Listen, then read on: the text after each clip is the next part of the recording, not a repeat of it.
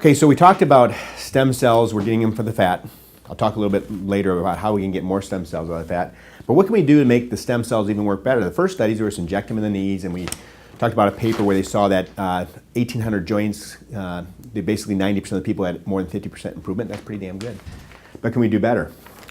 So this is a study called The Parakin Effects of Adipose-Derived Stem Cells Inhibits Osteoarthritis Progression. Interesting, 2015.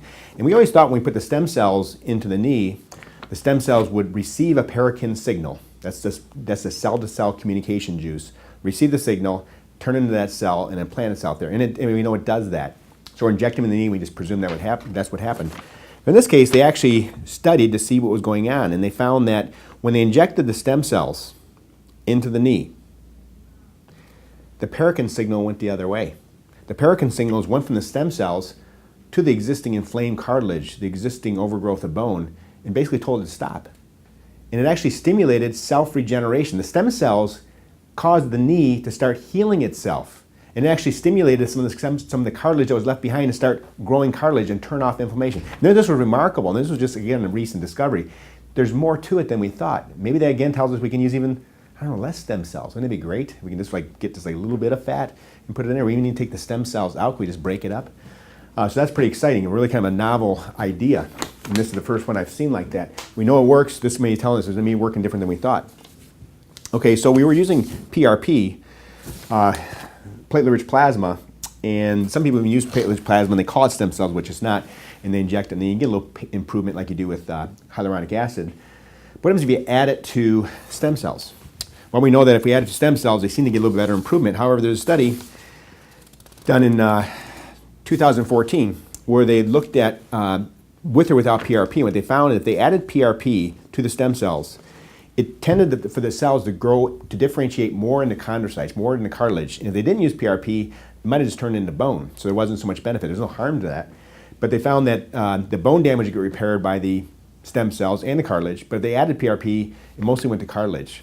So we start using cartilage, or start using PRP repeatedly, and there's a lot of studies showing that.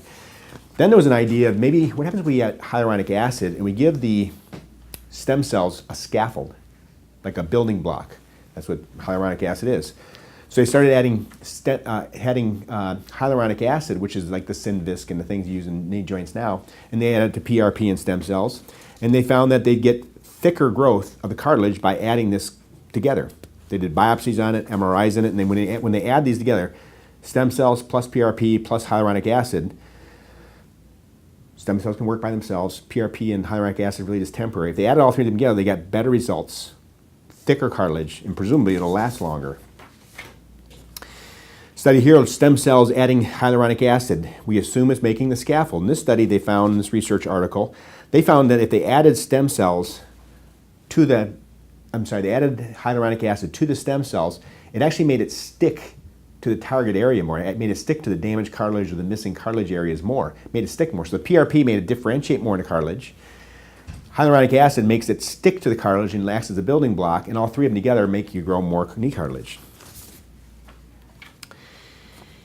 Here's a study where they did 2 doses of, they did mesenchymal stem cells against mesenchymal stem cells with hyaluronic acid, controlled study, same thing. They found that they put the 2 together, they got more improvement of pain and better results, better thickness on MRI. They followed them for 1 year.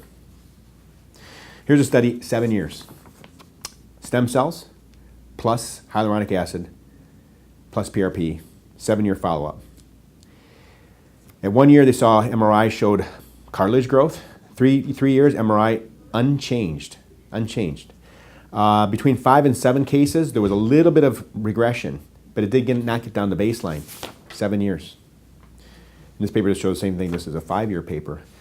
These last a long time. If we look at like a knee replacement, it lasts maybe 10 to 15 years. And let's say stem cells last maybe 7 to 10 years. We know at 5 to 7 years is better than baseline, so maybe that will wear out. Is that so bad? The guy come in, we take another teaspoon of fat out, and we turn it into stem cells, and we give them their life back. We're not just injecting it. Now the real breakthrough, in my opinion, had been a different kind of thinking. Sometimes you have to change your mindset when you want a breakthrough. And there's a paper here that is talks about nanofat grafting, and this was for cosmetic surgery and plastic surgery, and they found that it's kind of hard to inject fat into the face. So they developed tools to break the fat up, and they would take the fat into 2 different syringes, and just like we make the MFT, they would squish it back and forth. They make some devices for that, FDA approved for breaking up fat from Tulip. And what they found was that when they looked under scope, the mesenchymal stem cells were all intact, and the fat cells were all decimated. So when you look at fat, if you see somebody got a cut, and you look in, there's little pearls. Those are called pearls of fat. Inside the pearls are lobules of fat, and inside the lobules are fat cells. You really can't see them. They're tiny. They're about 100 microns. So if you take it and run it through a 400 micron filter, just that friction will break them all up. And then a 30 gauge needle is 150 microns, so fat cells will go through it. But they looked, and under scope, they saw mesenchymal stem cells, pre-adipocytes were intact, but the fat cells were not. So they started basically just breaking it up and injecting it into fine lines. And it worked. And there's been a couple papers written on using this nanofat, even though it's a microfat, in the fine lines. So we did a procedure here with a few of the physician assistants where we did the nanofat. And we basically injected it like filler, like deep fat. I've been injecting fat into the face for 10 years, but I always had a hard time training people because it's technically kind of hard to squeeze it, and you get clumps when you're squeezing, so you have to have a strong hand. So we did the nanofat, I bought the kit, and we did just treat them like regular, knowing that we killed all the fat. We brought them back at 2 months, and it was like we just did it, like every single fat cell took. Well, it didn't really take. The fat died, like we learned in 2007. It stimulated the mesenchymal stem cells to grow into a new fat cell. So that's just beautiful. So I took that a step further, and we spun the fat after we broke it up, and we found we were getting the same number of stem cells or more than with this complicated 3-hour expensive procedure. So the normal way to make stem cells is that you add an enzyme called collagenase to it. You warm it up and incubate it for a few hours, then you spin it. The stem cells are smaller and they fall to the bottom. And here's just a note for Quentin. I just started talking about the nanofat. Maybe this should be a third one, like how do we make the fat, okay? So we spin the fat, and the stem cells are smaller. They're only about 10 microns, so they fall to the bottom. The fat is oil, so it floats to the top. If we didn't destroy the fat, it's 150 microns, again, it'll float. And then we take that pellet at the bottom. It's called a pellet. It's like a little clump of stem cells. And then we spend a little bit of time washing the collagenase out, because the collagenase would be damaging to the joint. And there have already been some issues, like the FDA may be saying that they think that's something they might want to regulate. A lot of companies have been making it for doctors, so that's clearly a drug. And this kind of made a murky situation. Plus, it's kind of hard and it was expensive. It took a long time to get 50 cc's of fat.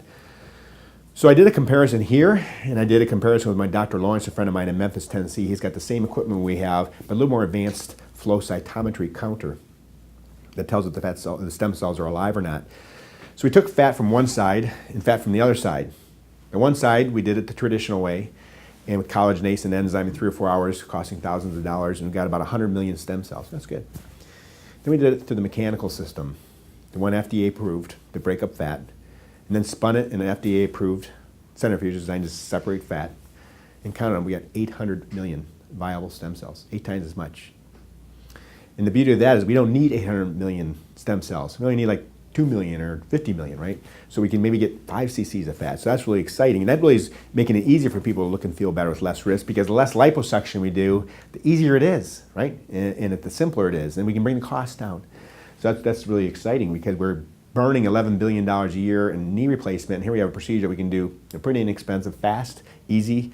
I mean, I hate to say it, but it works better than knee replacement surgeries. The 20% of people do not have pain afterwards. There's no chance of blood clot death.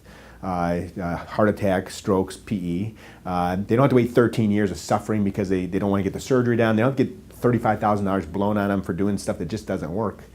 And it's here to stay. And it's something we can really do to impact the American healthcare system. We can start by our own community, by teaching doctors how to do this, by changing the mindset against, oh, we can't do anything new.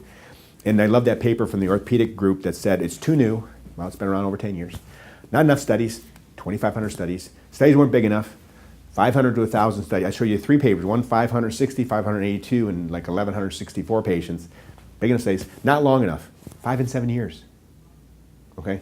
The status quo will be preserved by the people who have vested interest to preserve it. We're not going to see these breakthroughs coming in the form of routine orthopedics, routine physical therapy, routine physiatry and sports medicine, because they live on that. It's not a greed issue, it's just that's how people are programmed. When you have something that you depend on for your livelihood and something that you know, there's a vested interest to maintain it. But we're going to disrupt it. So thank you very much.